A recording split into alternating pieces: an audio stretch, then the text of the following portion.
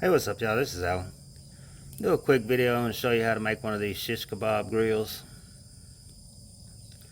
I don't have the skewers for this. This is kind of a custom size. It's 16 inches wide, so you'd have to have the 17-inch skewers for it. But I was going to show you how I put it together. And I got the sides cut out, the bottom cut out. It's just a matter of getting a bunch of holes and a bunch of notches in it. And this thing is 48 inches long. I'm marking every 4 inches. That'll be plenty of space for each one. You could go a little smaller than that, but 4 inches is pretty good.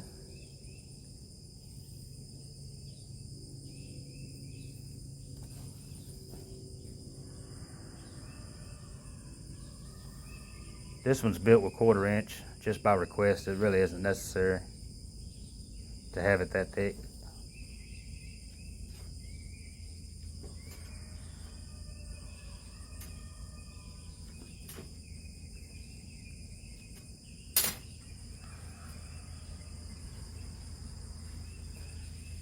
And I'm coming down and marking a 1/2 inch down. That'll be the bottom of the line, or the little groove I'm gonna cut into it.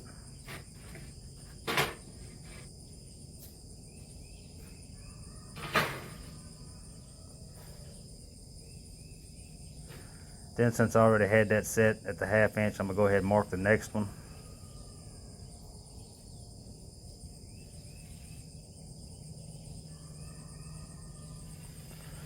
One side has a groove, and then one side has a little rounded area. That's so when you tilt the skewer up, you can just roll it in the other side without having to remove the whole thing.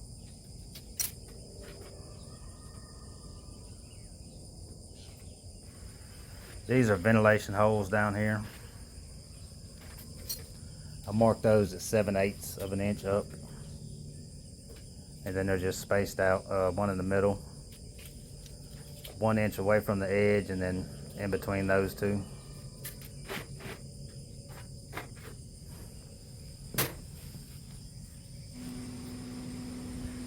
Then this is pretty much the marks here.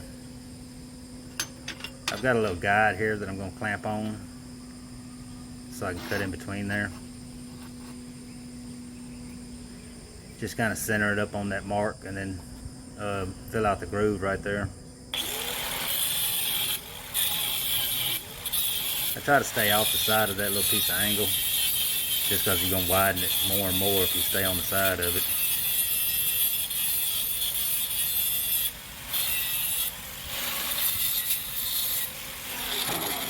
But you can use that same little guide several times before it gets too wide and you have to make another one.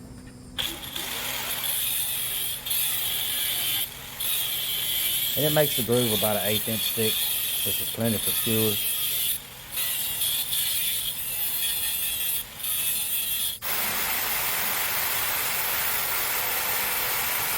I got all those grooves put in. Now I'm just drilling for the ventilation holes on the bottom. This is a 9/16 bit.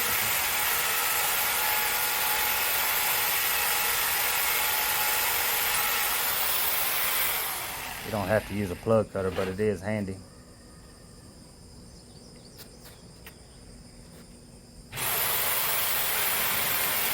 It's just a matter of going down and getting those cut in.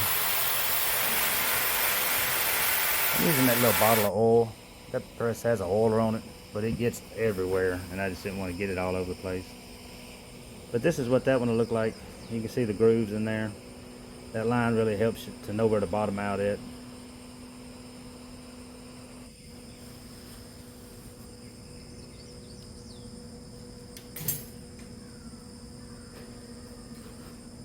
And then this is the next one. The vent line on the bottom is the same, 7/8 of an inch up. The bottom line on this one is still a 1/2 inch. Then I'm marking a 1/4 inch in between there. That's where I'm going to put the punch marks at.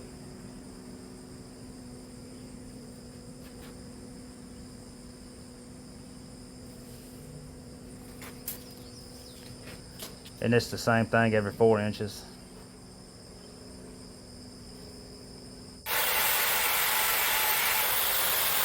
And then I'm drilling those with a 1/2 inch bit. I actually did the other side with regular bits. You can see them kind of in the corner there. But that 1/2 inch got dull on me. I don't like using these plug cutters all the time right on the edge, because I have broke some. I broke one like that. And I didn't know if it was because of that edge, because you can barely see, but that outside edge is almost gone.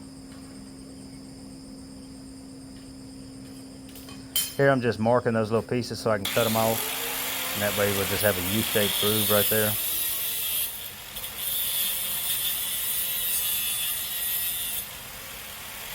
It's more time consuming to put the marks on there, but it does help you see them. Keep you from going over too much.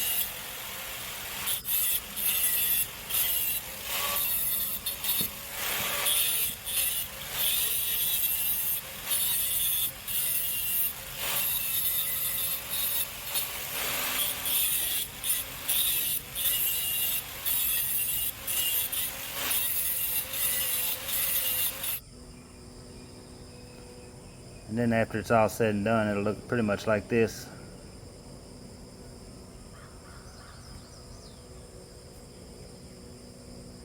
I've got X's on marking the ends of my plate. You can't see them there. They're on the other side. But that's because the plate's actually 48 1/4. And I wanted to make sure I was on the right side. These are the sides. I just cut the plate out and cut a little handle in the side. And that's the bottom. It'll need some holes drilled. You can drill them right now or just wait till you put it together. I usually wait till I put it together.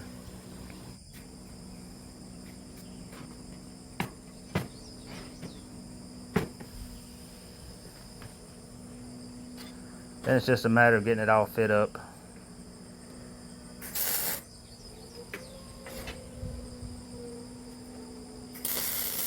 You can kind of see I got spacers under there fitting for outside corner joint. These can really be fit up differently to where it don't take a lot of weld. I mean, it really doesn't take a whole lot for this to be stable. I'm just kind of used to doing outside corner joints, so I just went with it. I actually intended to do it differently, but I'm so used to doing them that I automatically started cutting it to fit like that.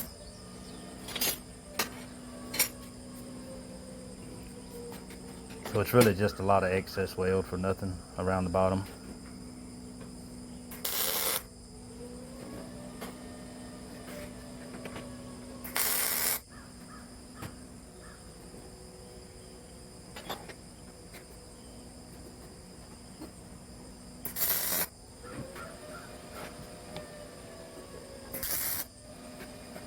Those little handles in the side, you can do them anyway, but it's good to have them in there. It won't have wheels on it. And this little thing is kind of heavy picking it up. That's 1/4 inch. 16 by 48, 7 inches deep.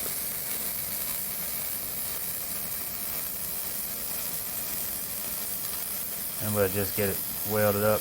If you look on that back wall, you can see a sticker bush growing up that wall. It came from up under the wall and started growing, so I just stood it up on the wall to see how far it would actually grow. I wish he'd gone and put some dewberries on there. I wouldn't have to go outside to pick them.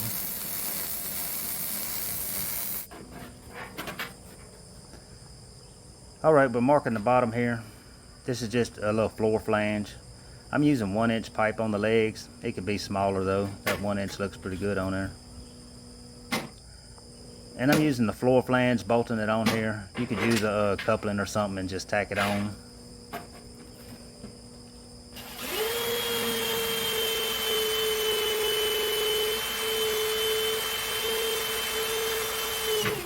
But I'll have this one on the bottom of the body, and then there'll be another one on the end of the leg. That'll give you a little adjustment both ends if you needed it.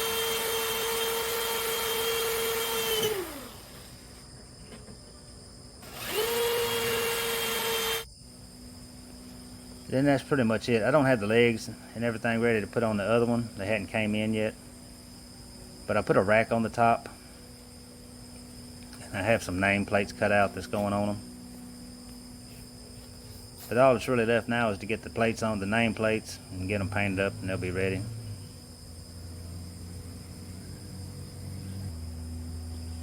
They didn't really want a cold rack or anything in there. It was just a basic build. But anyway, that'll do it on this one. Just give you an idea how those are put together. If you're new to the channel, please like and subscribe. We'll see you on the next one.